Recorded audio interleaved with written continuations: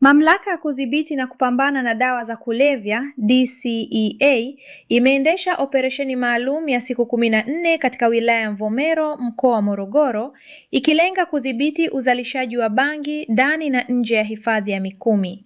Katika operesheni hiyo iliyofanyika katika maeneo ya Misengele na Lugenge, DCEA imeteketeza ekari 603 za mashamba ya bangi, kukamata magunia 49 ya bangi na kuwakamata watu 13 wanaodaiwa kuhusika na uhalifu huo.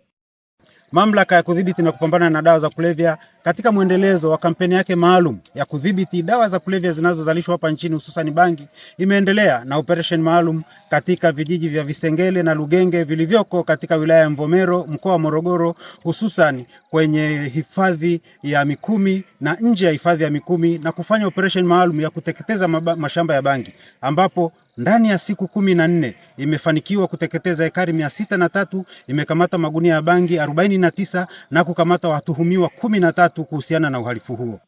Operesheni hizo kwa mujibu wa DCEA zimebaini kuwa baadhi ya wakulima wamehamisha mashamba yao kwenda maeneo ya mbali zaidi, wakiamini kuwa mamlaka haitafika katika maeneo hayo. Katika eneo hili tumeona kwamba operesheni hizi zilianza toka mwaka 2023 ambapo hadi leo 2026 tumeona pia bado wananchi wanaendelea kulima bangi ndani ya hifadhi lakini pia nje ya hifadhi. Na katika operation tulizofanya safari tumegundua kwamba wamelima mbali zaidi ya maeneo ambayo operation zilishafanyika awali, wakidhani labda mamlaka itashindwa kufika katika maeneo hayo. Wastani wa maeneo ambayo wamealima ni makubwa na ndani ya mto ulioko ndani ya hifadhi ya Mikumi. Hatua hiyo imekuja wakati DCEA ikiendelea na operesheni zake katika mkoa wa Morogoro baada ya kubaini kuendelea kwa kilimo cha bangi ndani na nje ya maeneo ya hifadhi. Mbali na kukabiliana na uzalishaji wa dawa za kulevya,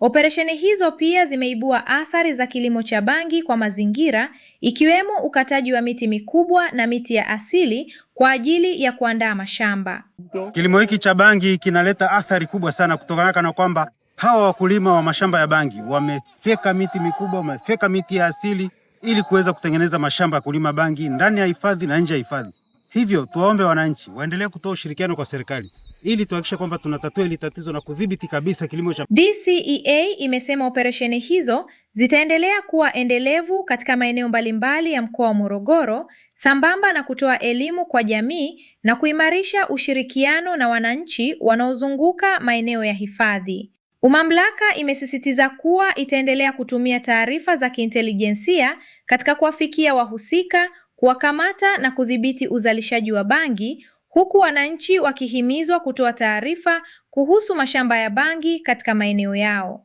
Fanya mwendelezo wa hizo operation na kuhakikisha kwamba dawa za kulevya zinaisha katika mkoa wa Morogoro, kutokana na kwamba mashamba makubwa zaidi yanalimwa ndani ya hifadhi lakini nje ya hifadhi katika vijiji mbalimbali vilivyoko katika mkoa wa Morogoro, na operation hizi zitakuwa ni endelevu hadi hapo wananchi hawa watakapoacha kulima bangi katika maeneo haya. Lakini pia mamlaka itaendelea kutoa elimu katika maeneo haya, lakini pia kwenye vijiji mbalimbali vinavyozunguka hifadhi na vinavyozunguka mapori haya, ili waweze kuwa na